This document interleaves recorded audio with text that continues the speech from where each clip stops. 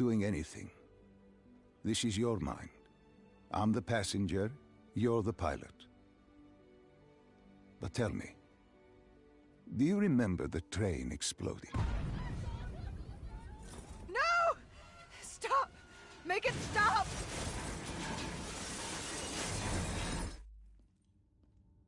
Dr. Salim, what's happening? What's going on? You must be calm. This is your memory, and you dictate the truth. But your mind can play tricks on you. It can deceive you, and it can lie. This never happened, but it nearly did. You and Taylor stopped it. How can I see something that never happened? What the hell am I seeing?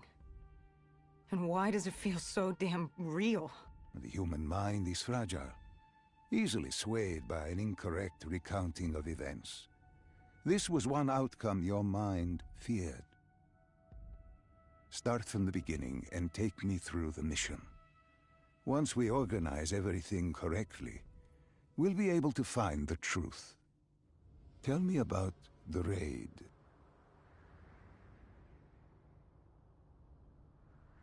The raid.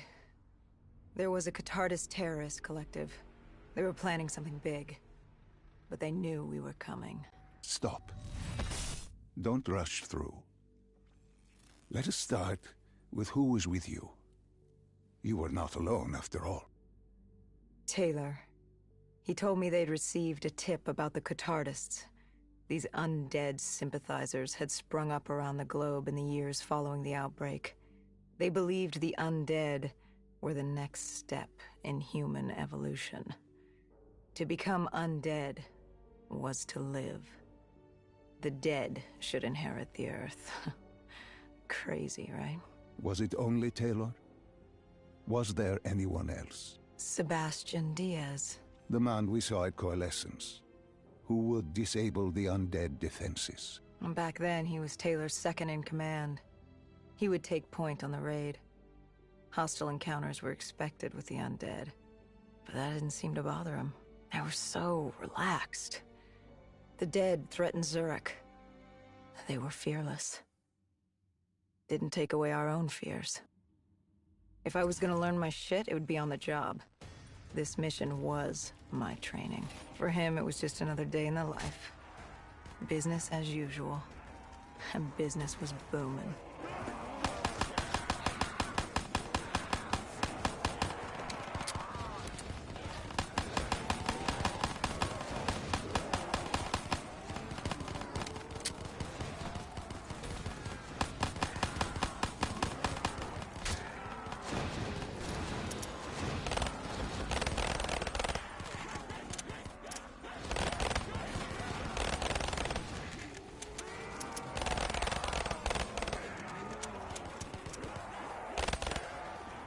What are these drops I keep seeing?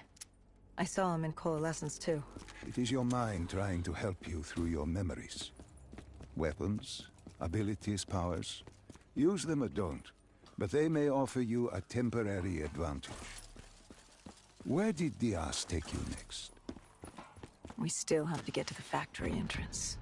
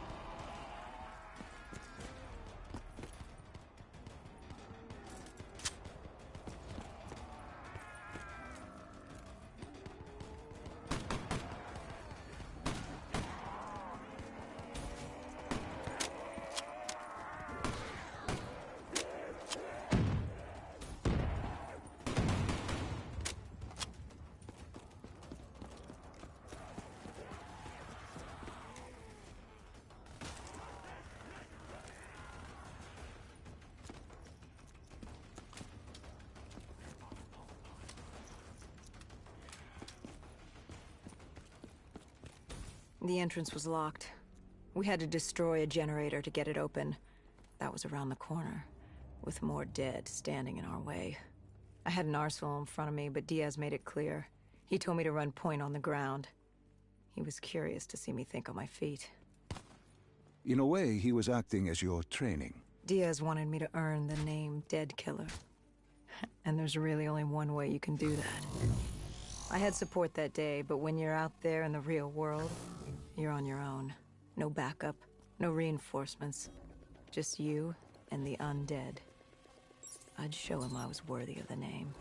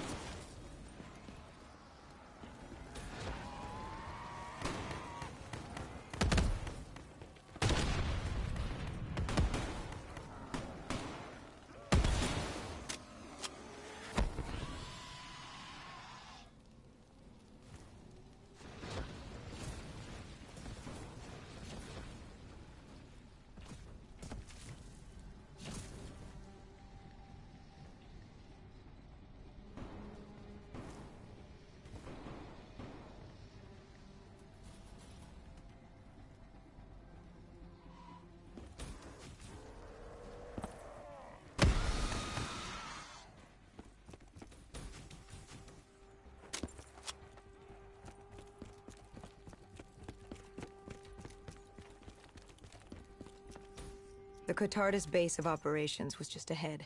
Once we were inside, we'd be able to figure out what they were planning.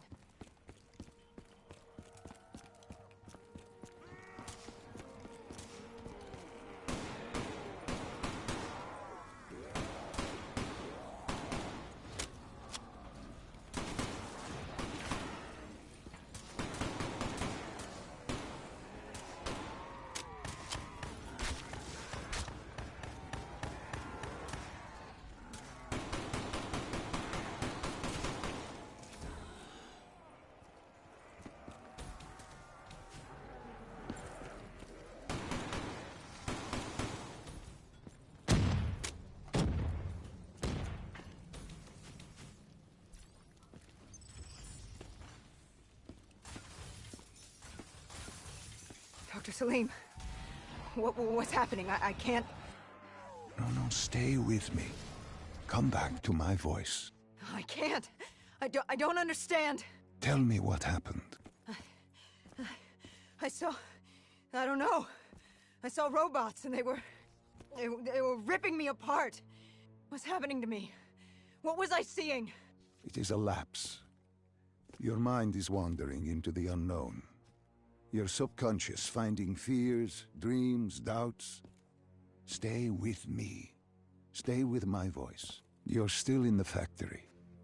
You were about to make a discovery.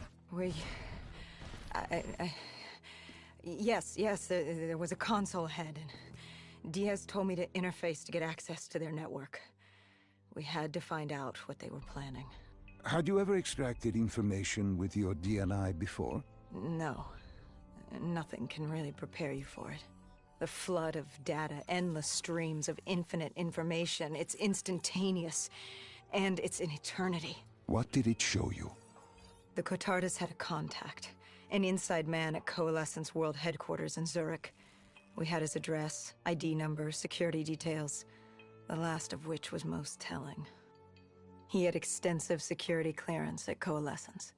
Specifically, he had access to 6115, the virus. Then let us do just that. Let us find him. Take me to his apartment.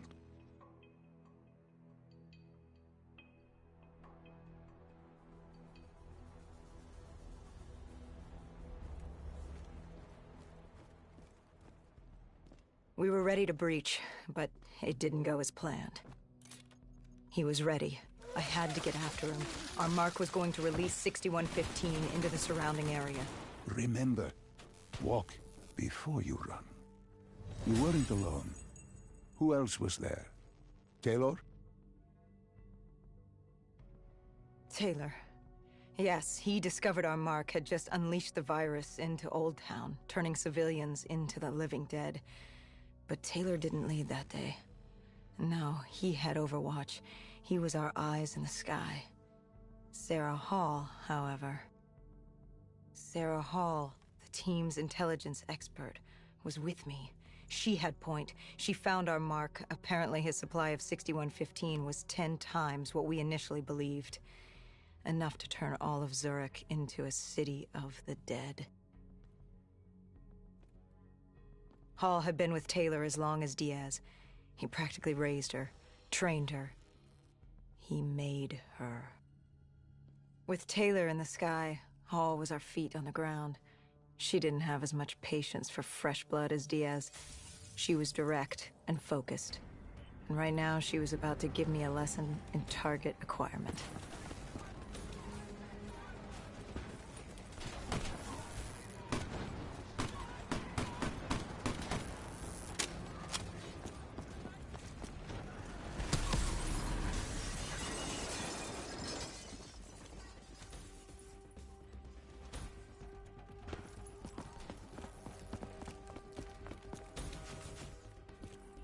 This guy didn't mess around.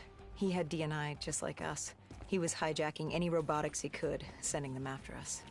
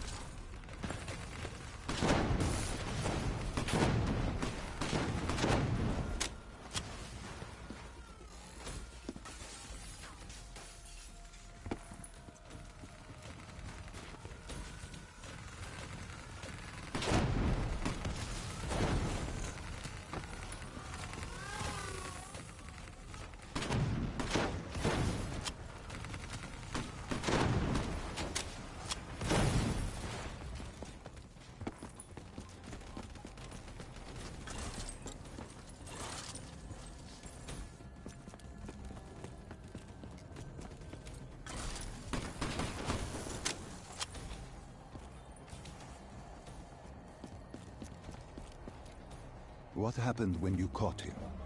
Our mark was bleeding out after that fall through the ceiling.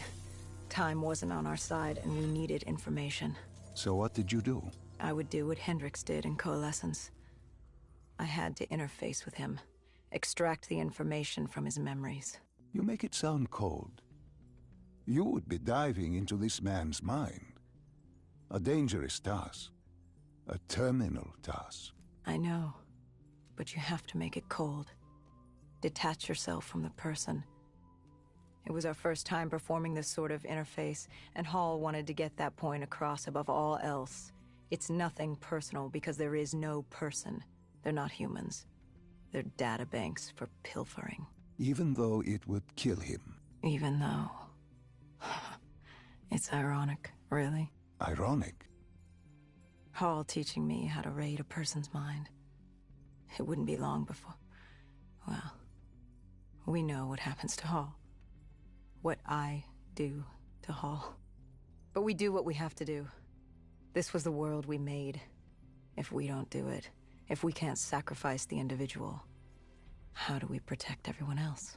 That is a heavy burden to press upon the individual. If not us, then who? This was what it was about. Being part of an undead extermination team. Being a dead killer. It's about making that sacrifice. Making the ultimate sacrifice. What did you find? What secrets did your databank have to share? The Cotardus group had set up shop deep in the subways. Whatever they were planning, The answers were there. Information that would stop the bomb, save millions of lives. The greater good. Yeah, the greater good. Taylor joined us. If we were going to move on the subway, we had to act fast. The attack, whatever it was imminent. And your mark? What happened to him after your interface? He was gone. Dead.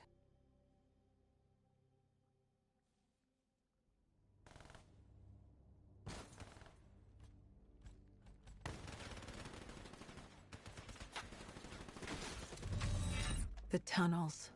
We tracked down the Catardus operations, and they were putting up a good fight. Who joined you in the tunnels? Taylor oversaw the operation, but the lead on this was Peter Moretti, the last of Taylor's team, an explosives expert. He was the guy you wanted when you needed to blow shit up.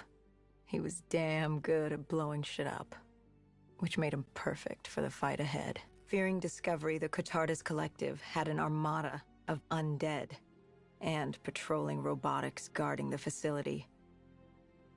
I won't lie, it's strange seeing Moretti like this, knowing what happens next. He was crucial to finding Taylor, to finding Deimos. You mean the refineries in Cairo? He had a pivotal part to play. He just didn't know it yet. What he knew then was the way to the hideout. He took point.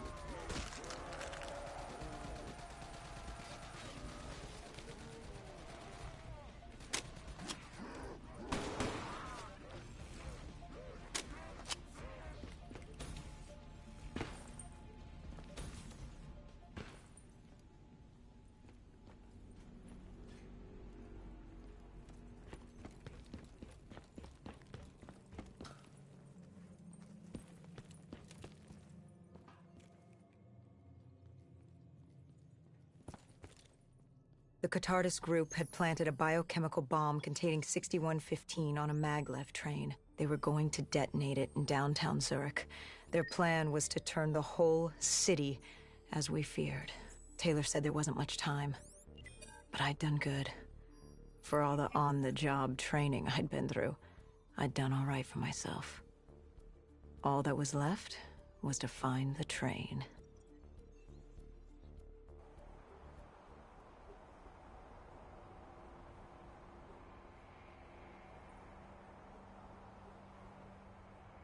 Good. You didn't even need my push to the final memory. You connected events and arrived at the truth. And now what happens? Now we set things right. Through your mind, you realign the events as they occurred. And by doing this, if I work with you and remember the events leading up to Zurich? You will be able to open the gateway. But let's not get ahead of ourselves. Let us finish here first.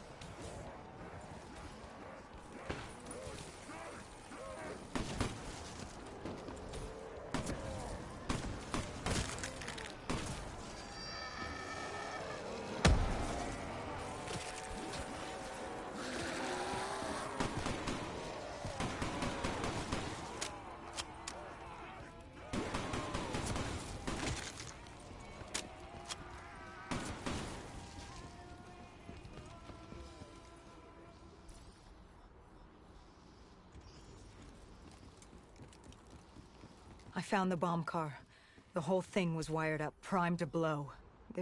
There wasn't time. I couldn't disarm it. So what did you do?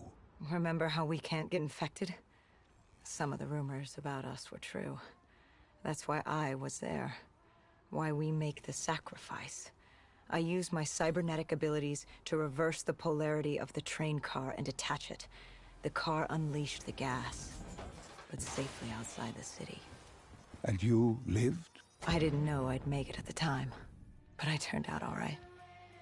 It wasn't the last time I cheated death.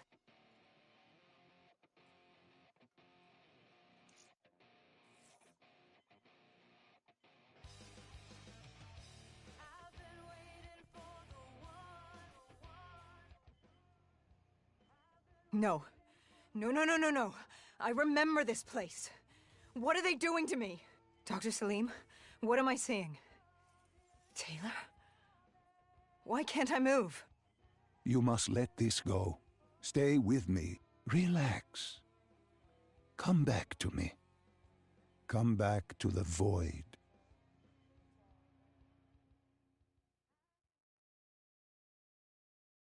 Can you hear me? Are you there? I'm here. I'm back. I'm ready to continue. Good. Now that you've begun conditioning, let's return to 2070. After Coalescence collapsed. You were trapped in Singapore. With quarantine zones unlocked all over the world, we couldn't raise WA command. If we were going to escape, we had to improvise. We turned to the 54 Immortals. They were dangerous and unpredictable, but they were no enemy of ours. Hendricks trusted them? What choice did we have? If we wanted out of Singapore, we had to go through the biodomes. We had to go through the Immortals.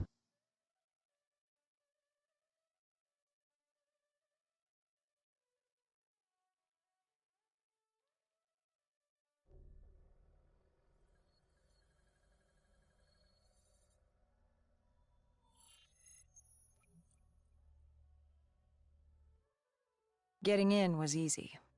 Getting out would be another matter entirely. At the time, the biodomes were the safest place to be. With the outbreak of 2060, the Immortals seized the marina and dug in. The biodomes were impenetrable. Dead-proof. Hendricks had a contact, Danny Lee. He was slimy as they come, but he could get us transport. Not only that, Taylor had beaten us out of the biodomes, and Danny claimed to know where he was heading. They had this information. Danny was convinced Gojulan had info on her central server. They were doing us a solid, really. But that didn't come cheap. They wanted food, water, weapons, reinforcements from the Winslow Accord. We agreed to their terms, with no idea if we could honor it. The Immortals were a people of their word, and quite efficient in punishing those who did not act the same. Danny was in a bad mood. The Immortals weren't exactly happy to see us. They knew our part in what had happened in Coalescence. Danny went so far as to accuse us of opening the containment zones ourselves. Hendricks persuaded him otherwise. But that didn't change how I felt. We were there. We had our chance to stop Diaz in the server room. You cannot blame yourself for what is out of your control. There were powers in play far greater than your own. Powers with far more control. You were a pawn in his game. You mean Deimos? Well, as it turns out, we weren't his only pawns in the room. How do you mean? You can get us a ride out? Sure, I'll give you that. But claiming to know where Taylor was? Know that saying, too good to be true? Something was wrong. There was something malevolent, malicious. I called Danny out. Wasn't too happy with that. But then again, we assumed he was just scared. The outbreak now occurring worldwide was unprecedented. We were all scared. Up till now, we'd become complacent. We got comfortable. The dead had stayed in their cage, and we kept pretending nothing had happened. Taylor and Diaz changed that. Pandemonium, riots, civil war, countries were already tearing themselves apart, in many cases before the dead even reached them. But Danny wasn't scared. He was stalling. And it only took us another moment to find out why. The Go siblings. Danny set you up. No. This was different. It was their eyes. Hollow. Empty. Void of life. Like they could see right through me. They all had it. Just like Diaz. It was only later we found out all higher-ups in the Immortals were outfitted with D&I. Like us.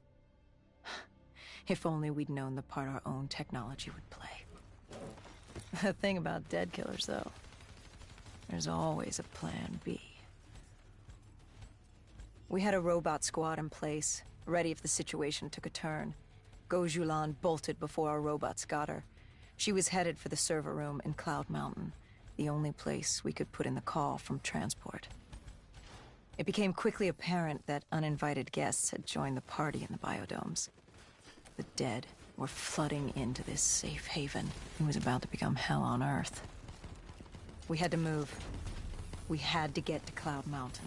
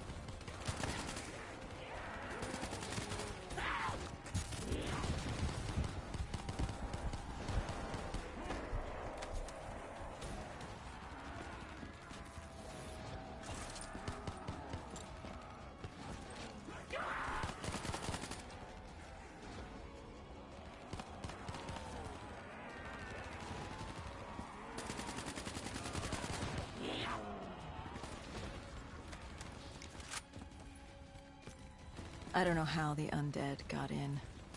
A forgotten open gate. A child's mistake. A poorly nailed board over a window. It didn't matter. It was spreading fast. We were already outnumbered 20 to 1. The remaining humans scrambling away, or locked in their homes.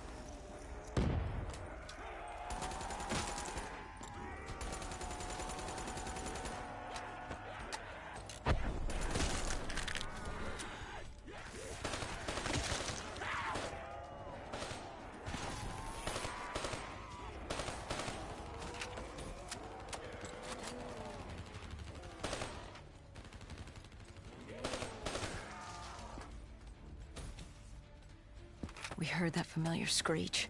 Parasites, mutated creatures born out of 6115, were flying towards us.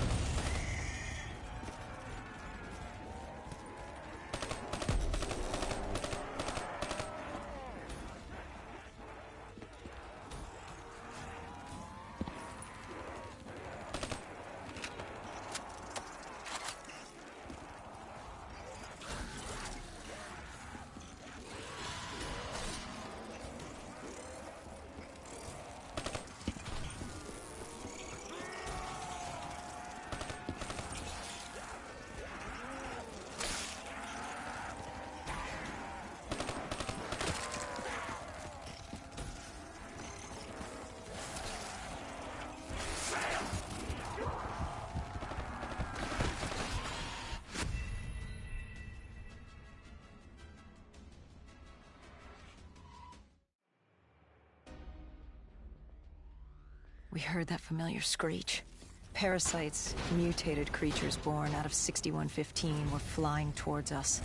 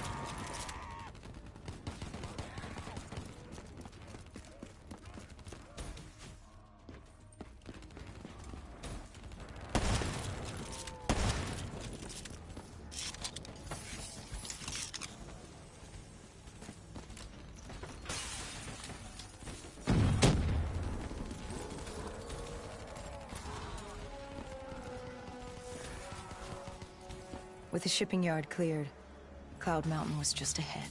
The server room at the top. We had a long climb ahead of us.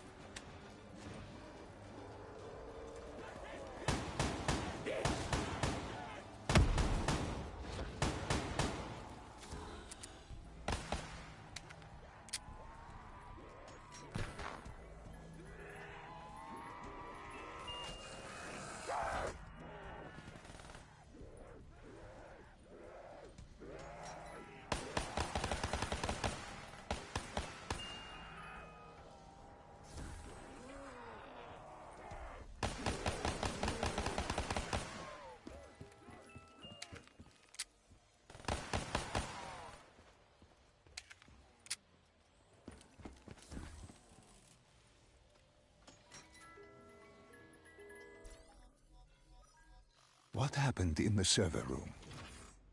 By the time we got there, Gojulan encrypted her hardware, locking us out of the central server. Hendricks stepped in, but we were a few seconds too late. Damage was done. Why did she lock you out? It didn't make any sense. Sure, we weren't on the best of terms, but this wasn't her. Something else made her do it. Something was controlling her. The encryption used a biometric hand scan. Hendricks tried to unlock it. But the Go siblings were smart. They'd set up an access system requiring both of their hands for authorization. And her brother was shredded with bullets back in the bar. We could hear the horde coming, and we only had one sibling. But she did have two hands. You chose to cut off her hand. Why?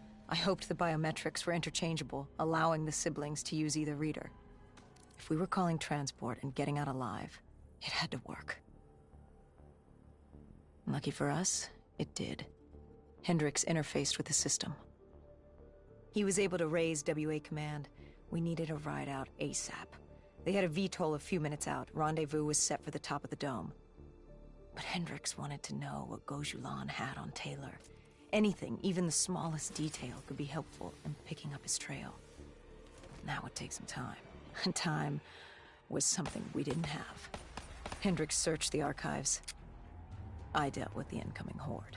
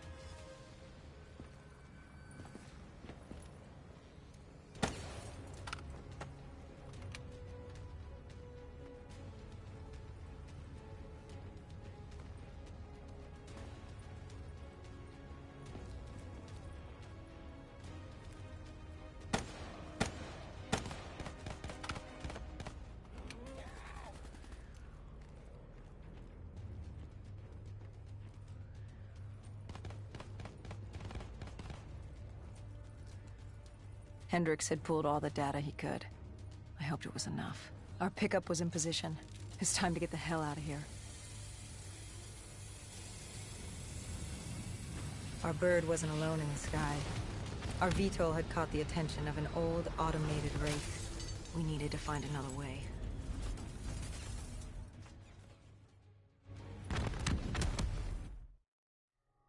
This wraith tailing you. It was like the malfunctioning robots you found in different quarantine zones. The kind targeting anything and everything as an enemy. Just like that. Except on a much larger, more deadly scale. And this one was very interested in us. Command had an exit route. Extraction set beyond the swamps. If we crossed the super trees, there were shipping docks where we could commandeer an airboat. It's easier said than done.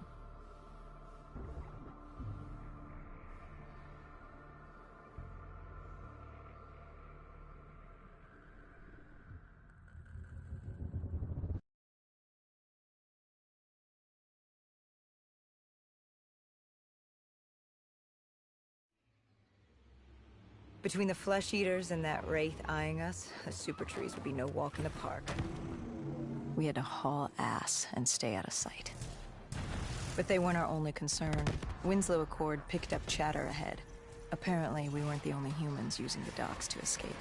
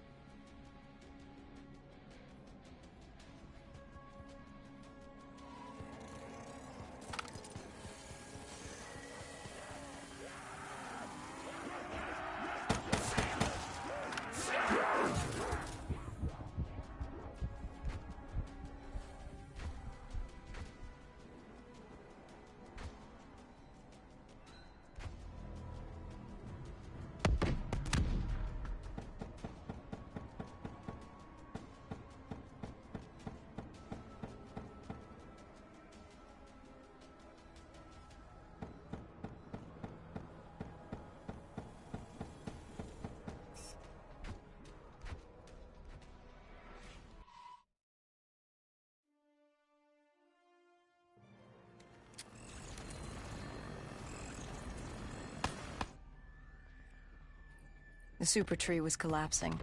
The only safe route to the docks was up. Chatter confirmed the 54 immortals were scrambling to get out of the biodomes through the swamps.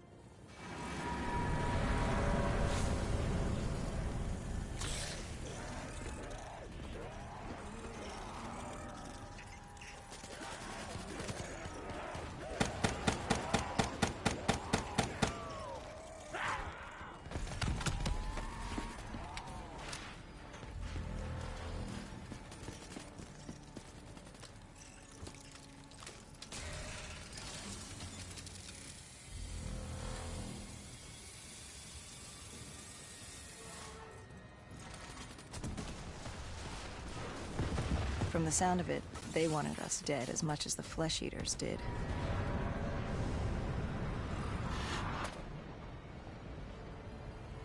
Looked like we were jumping from one bad situation into another.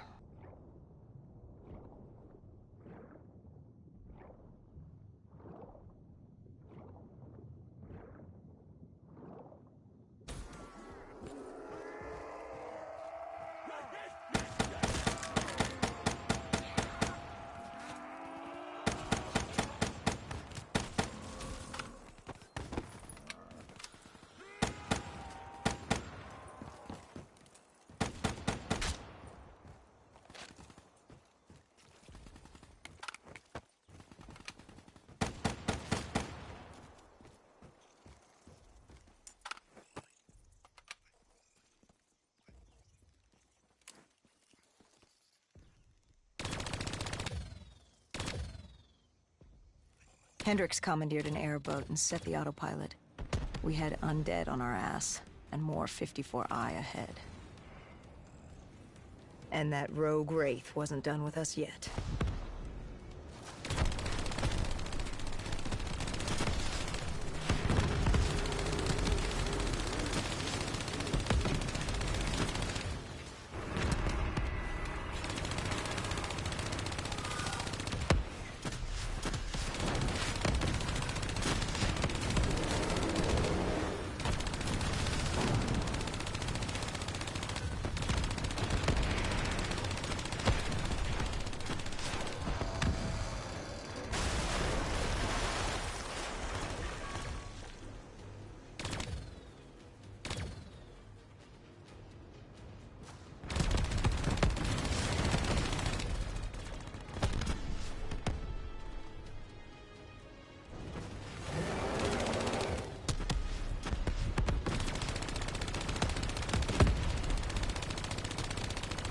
You escaped. Our exfil was just ahead. We were getting out of Singapore.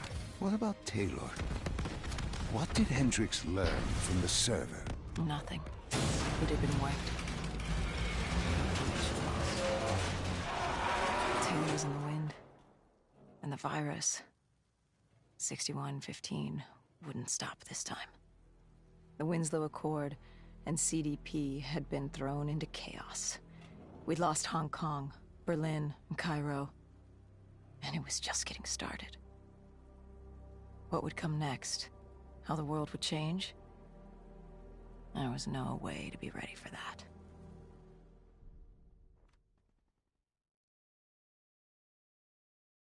"5 years. 5 long, dark years.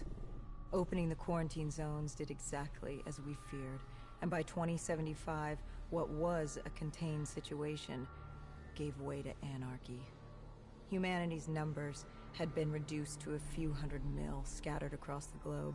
The undead had risen to 7 billion. Taylor was in the wind, a faded reminder of our inability to stop Armageddon. There was still a Winslow Accord kill-on-sight ordinance in place, but he was a distant memory. Until the aquifers. We were on a routine bombing run outside Cairo. Our orders were to bomb the dead into the next life.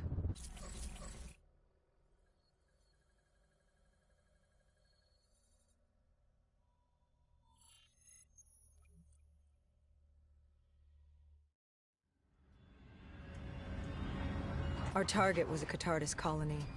They'd taken over a refinery. It was a well-armed facility protecting them and the dead they worshipped. Top priority was to cut off their comms and leave them in the dark. But first, we had to clear out their defenses.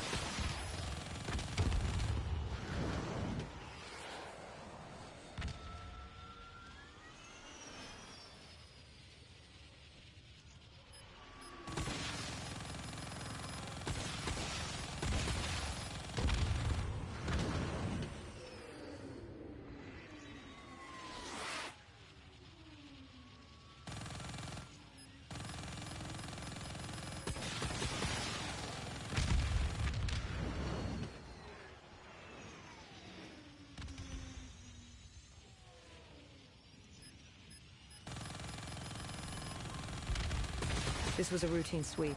Every time another sympathizer colony sprouted up, we'd squash it back down. As far as we were concerned, we were doing the world a favor.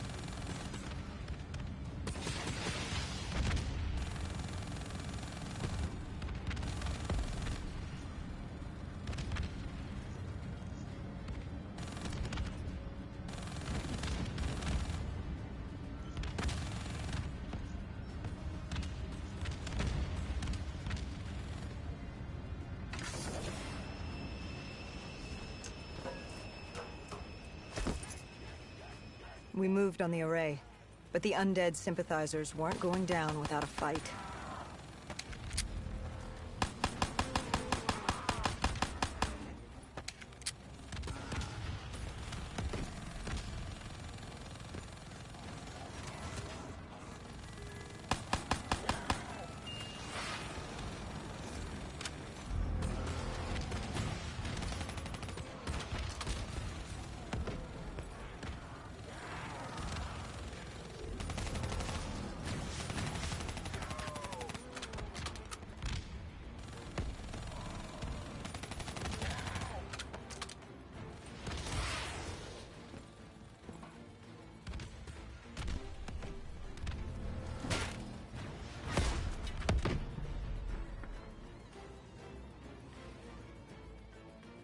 Disabling the comms would take some time. Our support detail dealt with that. I dealt with reinforcements.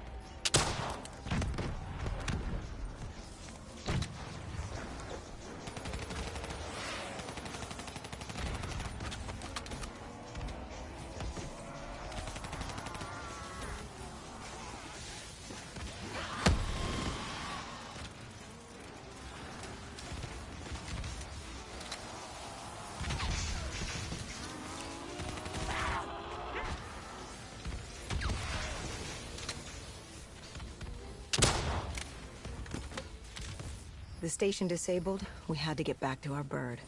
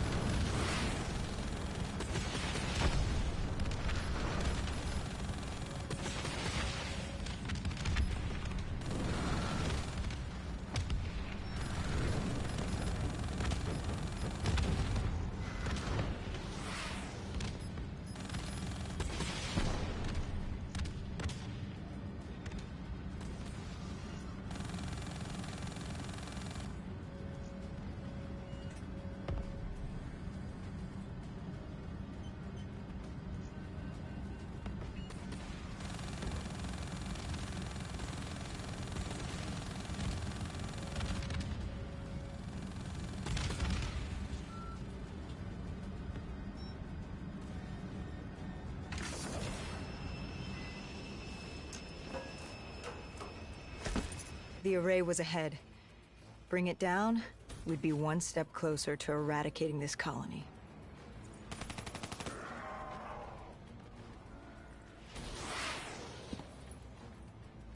Our support detail needed a few moments to disable the array. Lucky for me, I had more hostiles to keep me occupied.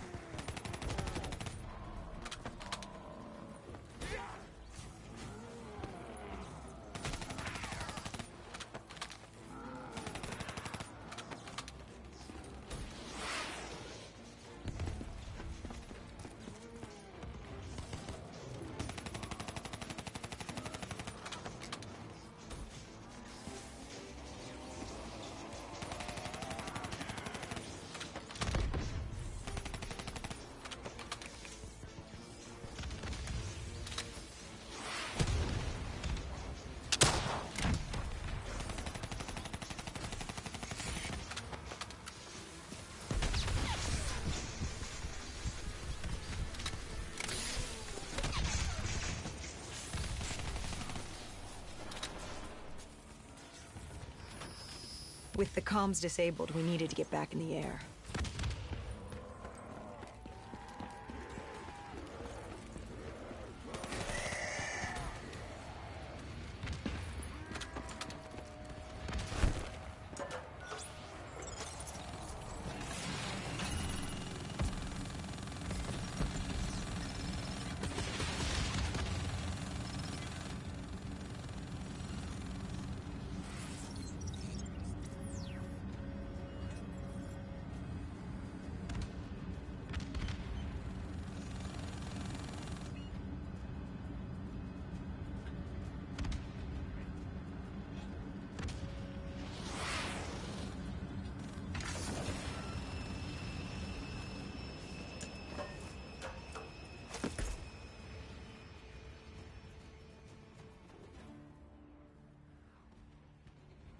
With their comms jammed, the next step was to breach the control room to take back the facility. There was access ahead. I just needed to get through the flooded room in front of me. Our support detail insisted on coming with. When you were swimming, something went wrong. Our DNI... There was a malfunction. What did you see? I saw... I was drowning. I thought I heard... This is not your time. Get back up. Do not trust him. Everything is not what it seems. What did you hear? Nothing. I couldn't make it out. Get up. Then I woke up. Someone pulled me out of the water. Someone saved me. Saved you? A guardian angel. Someone watching over me. My support detail. She got through somehow, and pulled me out. She brought me back from the brink. She said it wasn't my time. My work wasn't done. I had to stop Taylor. I don't know how she knew. It didn't make any sense. Did you know her? This woman? No. I'd never worked with her before today. And yet she knew about Taylor. She knew about what happened. And you're sure she was there? What? Why? You think I made her up? You yourself said your DNI systems were malfunctioning. What? You gonna tell me I'm crazy next? I know what I saw. I did not make her up. I didn't fucking imagine her. Did she have a name? Of course she had a fucking name. The Guardian Angel. She said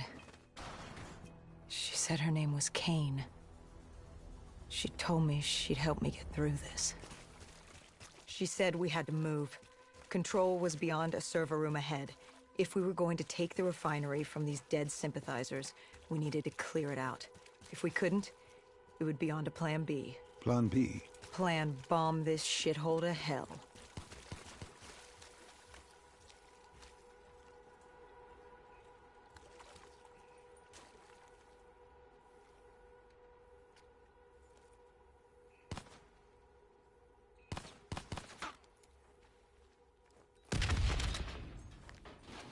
We prepped to breach, but it turns out our enemies planned ahead. The explosion blocked our path. We had to double back. It caught us off guard. But the noise also caught the undead's attention.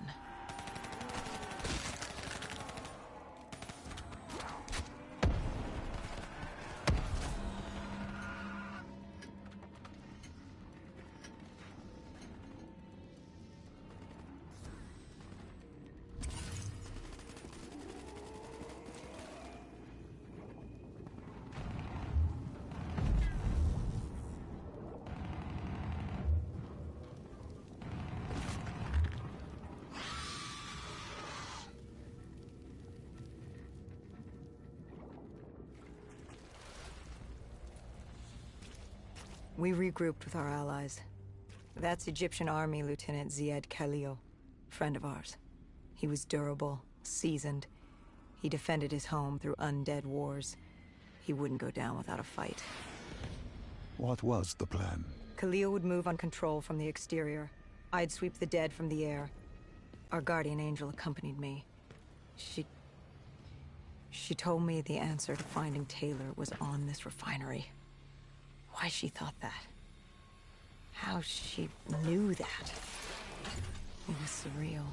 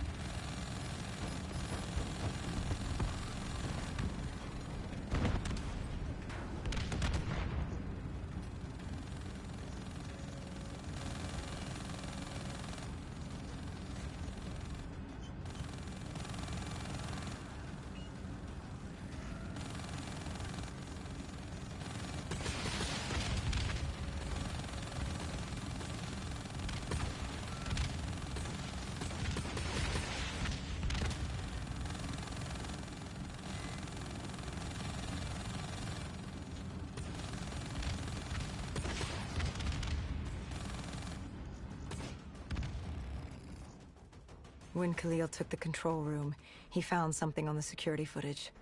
Something we needed to see. Taylor. Like seeing a ghost. We just stumbled upon him. This wasn't just a Cotardus colony. This was Taylor's hideout. They were already evacuating Taylor. We locked down the facility, separating Taylor and his associate, Moretti. Who did you go after? It was too late for Taylor. The Cotardus put him on a VTOL. We'd go after Moretti. Command informed us the kill order was still active. Hendricks didn't like that, but it wasn't his call. How did you feel about it? 5 years. 5 years after our fuck-up, and we could fix it. I'd gladly take the shot.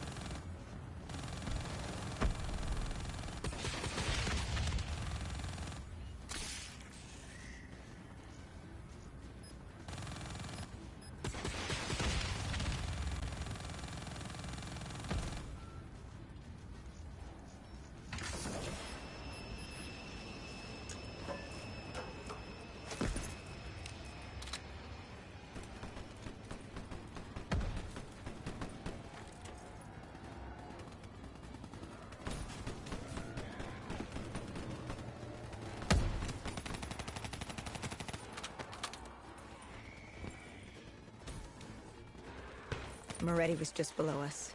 If we were gonna get him, we'd need to take a shortcut. Shortcut? A leap of faith.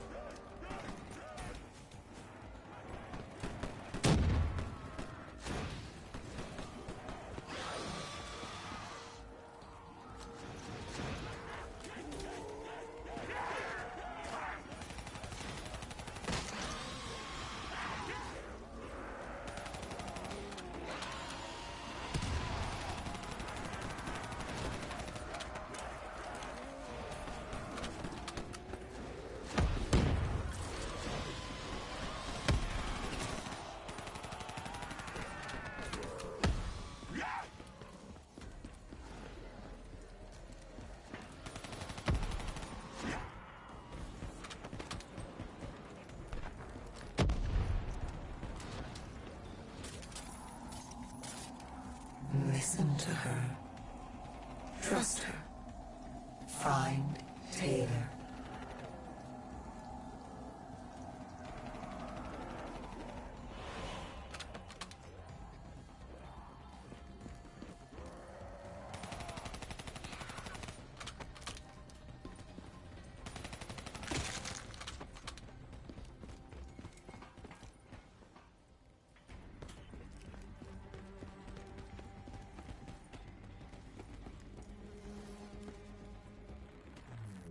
How was Hendricks coping with the change of plans? He was upset. And why wouldn't he be? Command wanted our friends dead. He wanted to bring Moretti in alive. But that wasn't all, was it?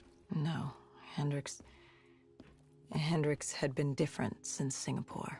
In what way? Every way. Aggressive, angry. He was losing perspective. And something was just off. I should have known what happened. How could you have known?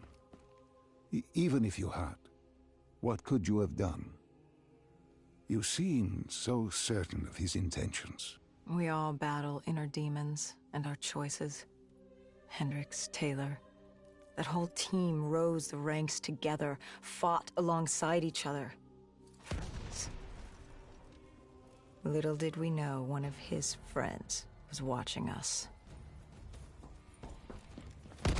Moretti had locked himself in the security room. Only way in was to cut the power. To do that, we had to overload the generators.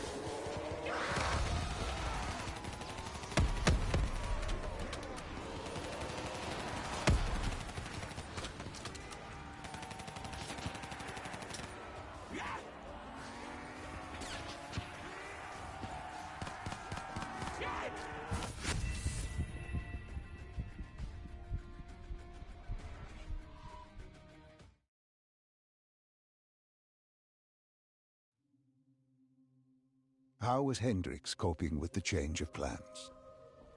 He was upset.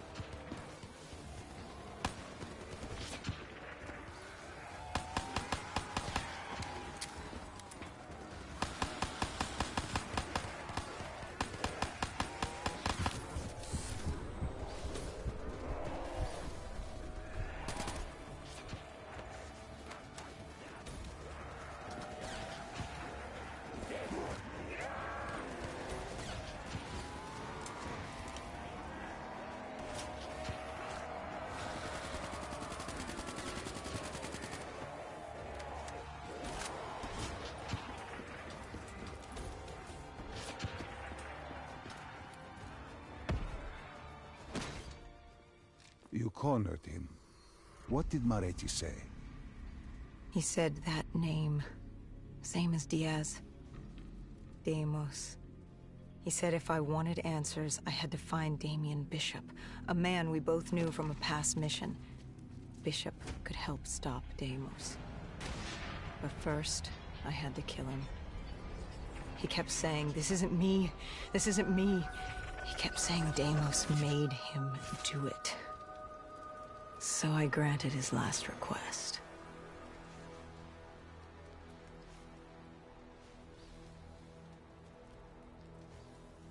I killed him as he asked. I did our job. It didn't sit with Hendricks. Can you blame him for his outburst? Hendricks was pissed because Moretti was our link to finding Taylor. A link I just severed and split open on a spike. And the guilt I carried all those years that I channeled inward, Hendricks channeled outward. At me. This was our chance to fix our mistake, and I fucked that up.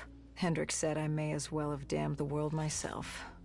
I'd had enough. I knocked some sense into him. Sometimes it was the only way to get through. I told him what Moretti had told me about Bishop, Deimos, whoever the hell he was. The mention of Bishop got Hendricks' attention. Last we saw him was back in '65, 10 years ago in Ethiopia. How Bishop knew Deimos, we hadn't a clue. But we'd figure this shit out, and we'd do it together. But right then, we had bigger problems. The Egyptian army couldn't hold the refinery. Plan bomb this shithole to hell was a go. We had to get out of there. Now!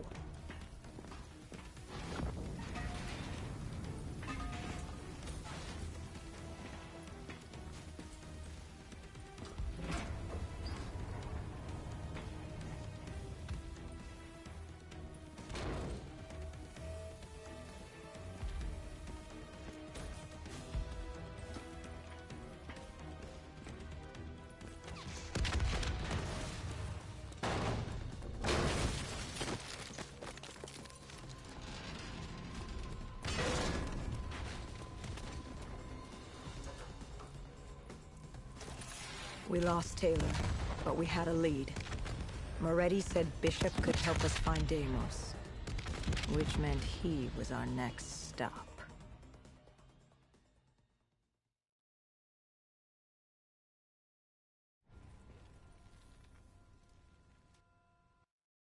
This Bishop that Moretti mentioned. Damien Bishop, the man who found the cure. A vaccination to make 6115 victims human again. A cure? Did it work? It should have. Something was blocking it. Bishop had this theory. He believed somewhere there was an undead brain. A single creature controlling them as a collective hive. He believed that it somehow blocked the cure. We met him in 2065 when he made the breakthrough. News traveled fast. He and a few others were kidnapped in Ethiopia. It was a joint op with Taylor's team. We were to extract Bishop from a base overrun by the dead.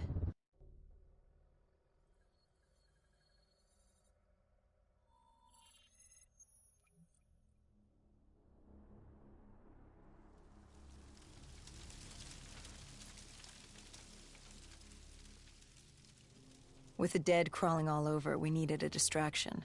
Something to keep the flesh eaters occupied so we could grab Bishop. We weren't dead killers yet, so we had to be a little more creative.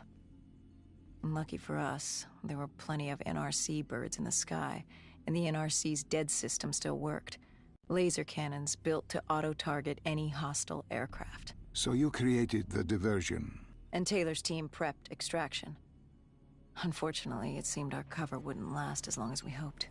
The remaining NRC noticed the radio silence from air traffic control and had sent soldiers to investigate. Command set exfil for a satellite station off base. We reset the dead system to target one of the automated planes circling above. Turns out the undead have a thing for giant explosions, like moths drawn to a porch lamp. And all we had to do was turn on the lights.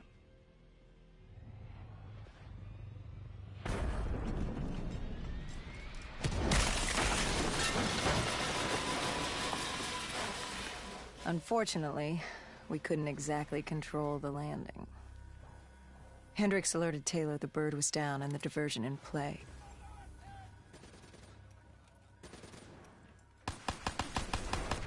We took out the NRC and moved. Bishop was being held underground in the security station across the tarmac.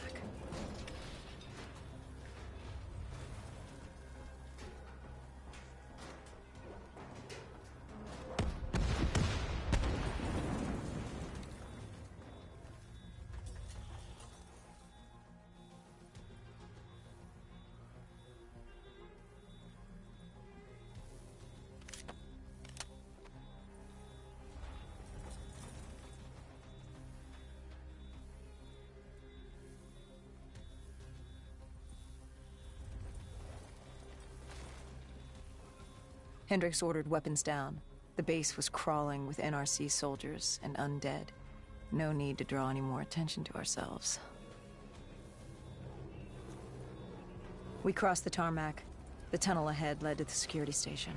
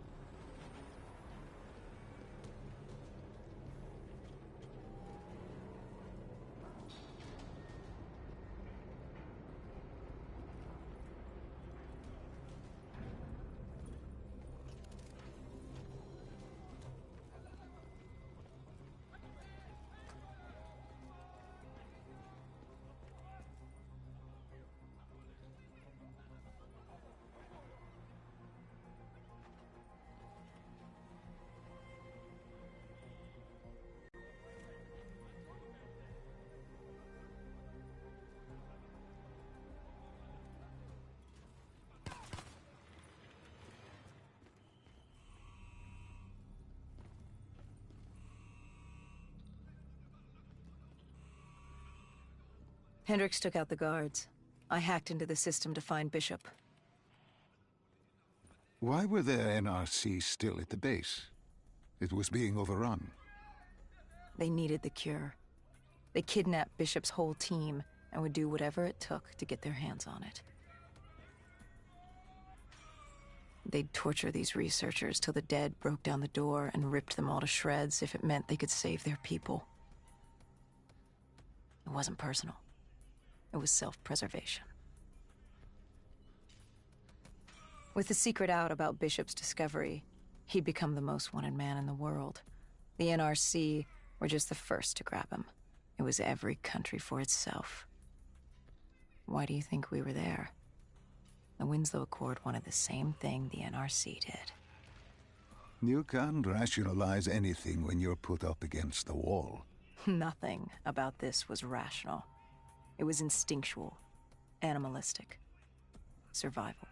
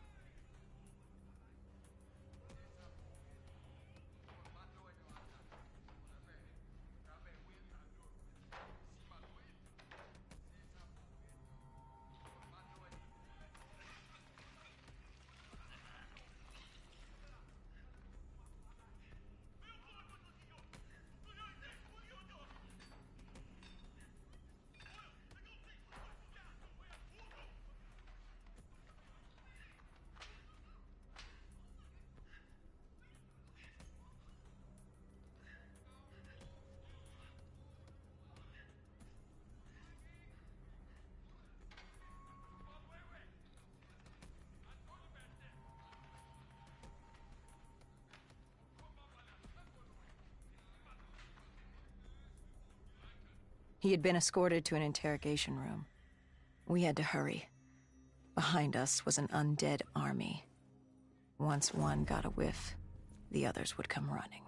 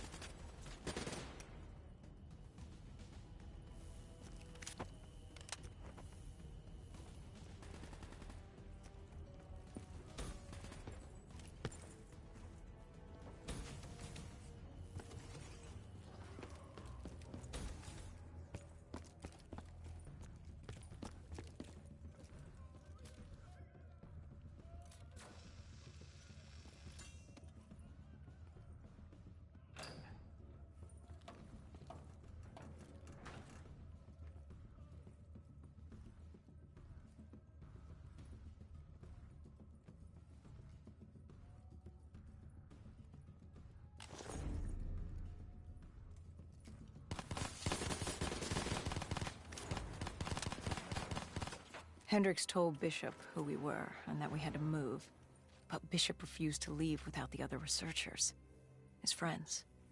Our instructions were specific. Bishop was our priority. We didn't like it, but Bishop refused to leave without them. It sounds like you were taking an awful risk. He said for the cure to work, he needed them. They weren't expendable. Technically, we were. In a way, you and the NRC were not so different in what you wanted and how far you were willing to go. Our method was different. Our reasoning was not. No one wants to sacrifice themselves to save the world. But you like to think if the moment came, you'd have it in you. Who was inside the cell? Lieutenant Ziyed Khalil, member of the Egyptian army. Back in '65, he was a guard assigned to Bishop's research station. This was how we met. Hendricks cut him down and notified Taylor we were freeing the other hostages. Taylor said we didn't have the time. The base was swarming with additional NRC forces. They weren't letting their prize go that easily. There was a tunnel full of hostile soldiers between us and our exit. A cargo elevator ahead was the only way to the surface. No telling how close the dead were behind us.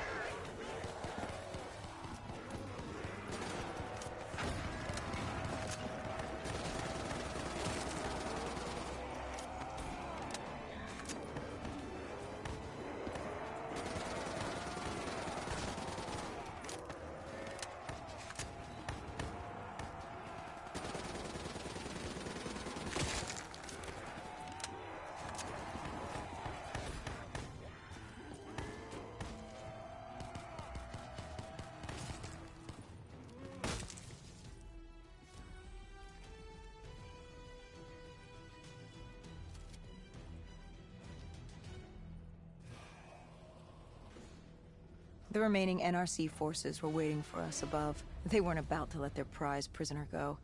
If it meant getting the cure and saving their families, they were willing to die for it. And they weren't the only ones. We'd never seen dead killers in action before. To us, it was a spectacle. To them, it was just another day in the life. Wait a minute. Do not be deceived by his lies. Remember your past. Remember when you first met John Taylor. Remember the truth. Wait, this is wrong. This can't be real.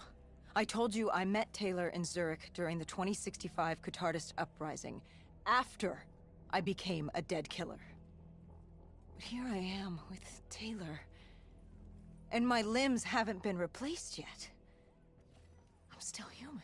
Why did you tell me that the first time I met Taylor was Zurich? Focus. You need to complete this memory. What was Taylor's plan?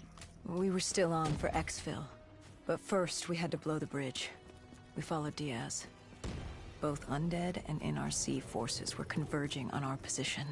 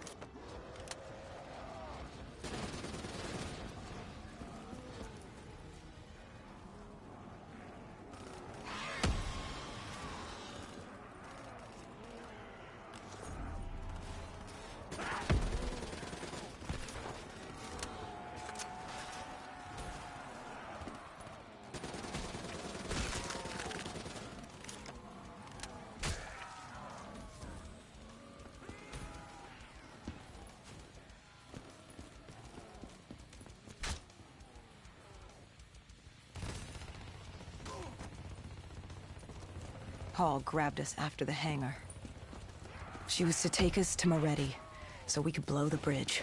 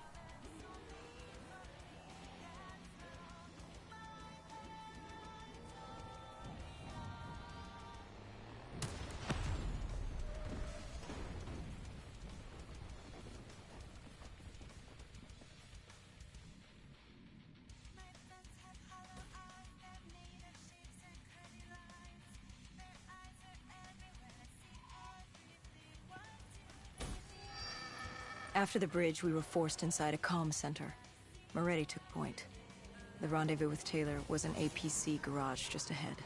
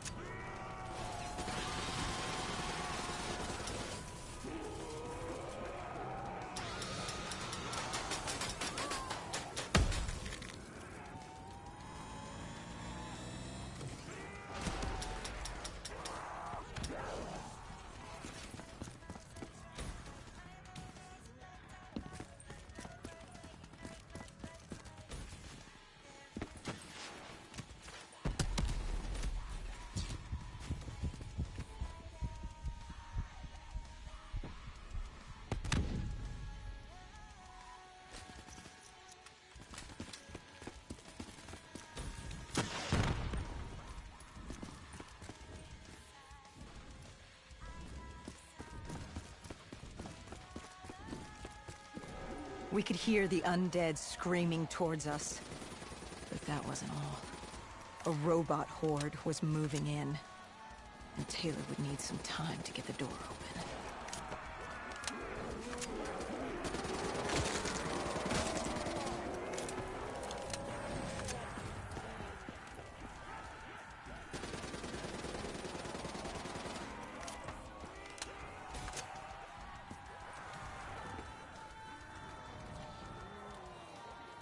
You were forced into the garage. What happened there? Hendricks wanted to go back and get the other hostages. Taylor said Bishop was priority.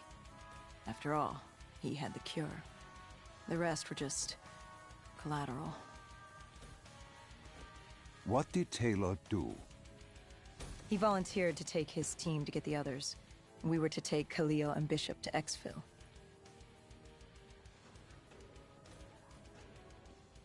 We got on the APC. Bishop was the most important man in the world right now. We had to get him to Exfil if it killed us.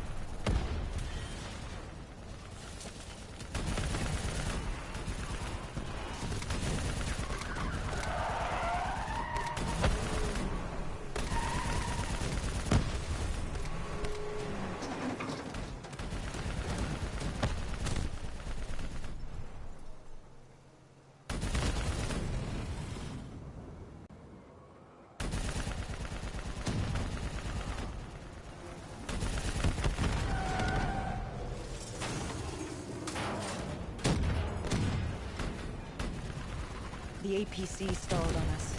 Hendricks needed a minute to get it going. The undead robots flying were crawling over us.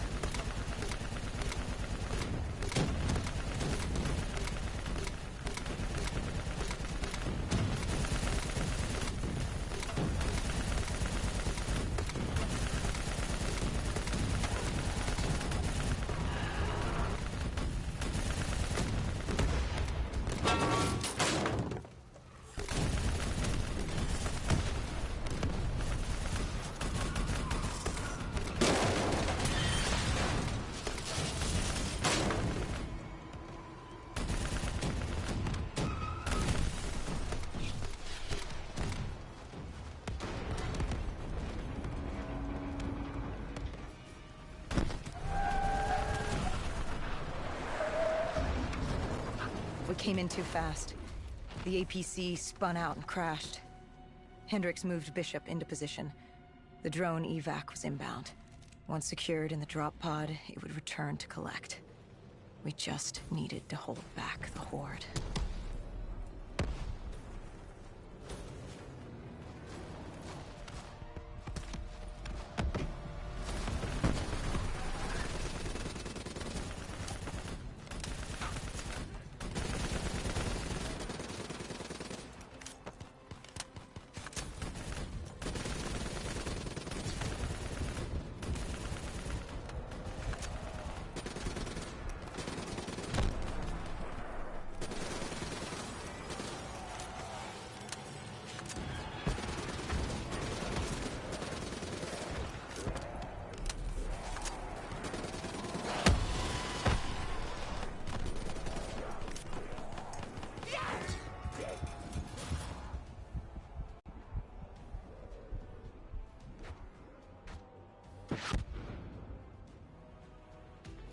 What happened? Airspace was compromised. They had to pull out. Bishop was priority. We were expendable, remember? We heard Taylor over comms. He was inbound and told us to hang on. No. I can't do this. I can't live this again. No. Please. I am sorry. You must.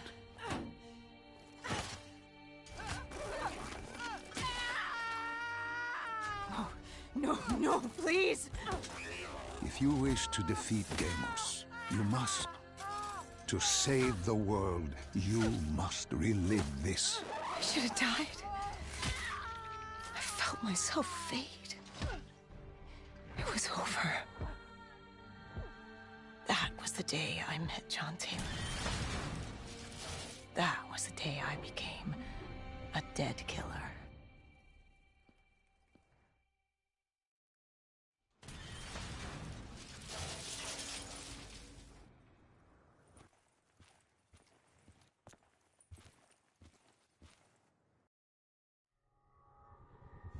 That was the day you met Bishop, the man who found the cure, before he died at the Cairo aquifers. Moretti told you to find him. On Moretti's instruction, we sought him out. We told him what we knew, which at the time was just a name, Deimos. He didn't know much, just that Deimos was responsible for the outbreak, and that a safe house in Singapore had a dossier on the guy. So we returned to Singapore. Little did we know, Gojulan had taken the city, and somehow gotten the undead to obey her. If we were gonna get to the safe house, we'd have to go through them.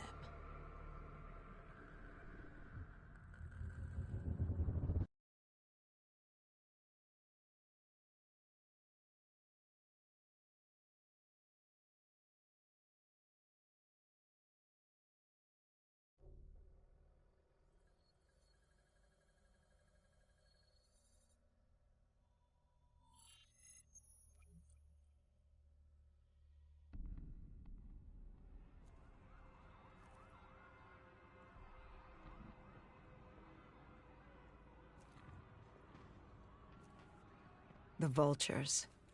Sadistic scavengers, ravaged by atrocity and time, driven by fear and insanity. We saw their victims strung up on display the moment we arrived. When forced against the wall, the impurities of man can be revealed. It was more than that. This was survivalism. When only 1% of the world's population is human, you either died and became the undead, or you survived by preying on the living.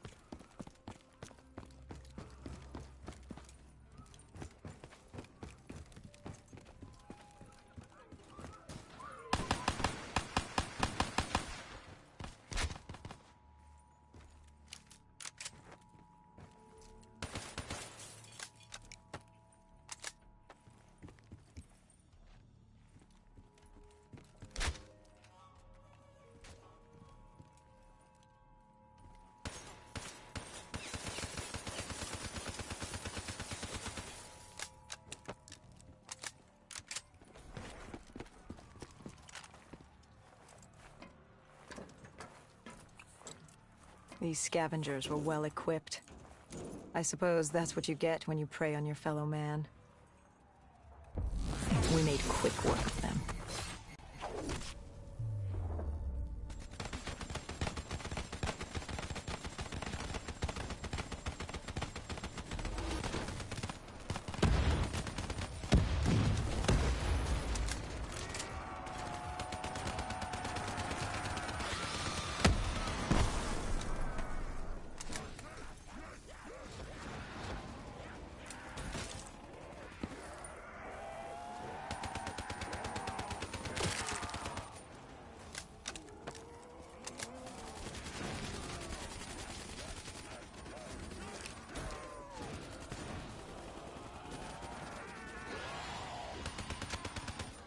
Hendricks took point down the alley. From the sounds of it, the dead knew we were coming. Clearly, Singapore was happy to have us back in town.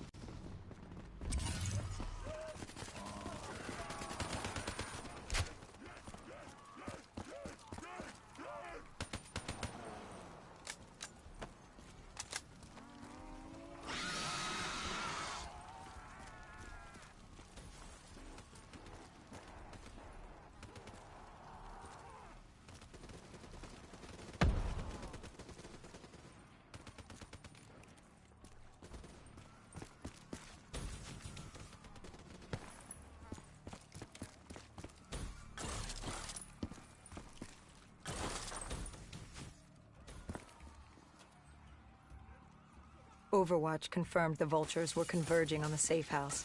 Civilians spotted on site. We didn't know if we could get through without additional collateral damage.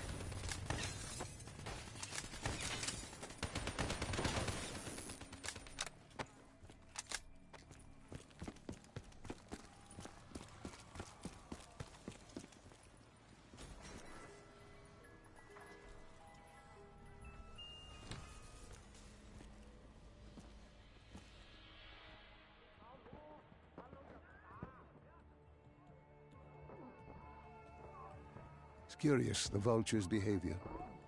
Willing to kill the living and the dead alike without prejudice. Survival of the fittest at its most primal. They act with reckless abandon without thinking of the consequences. They had to know, the more they killed other humans, the slimmer their chances became. Don't think of them as humans. They're animals. Abandoned by any form of governing body, they dictated their own society. They were tribal, nomadic. In their eyes, man was as much a threat as the undead.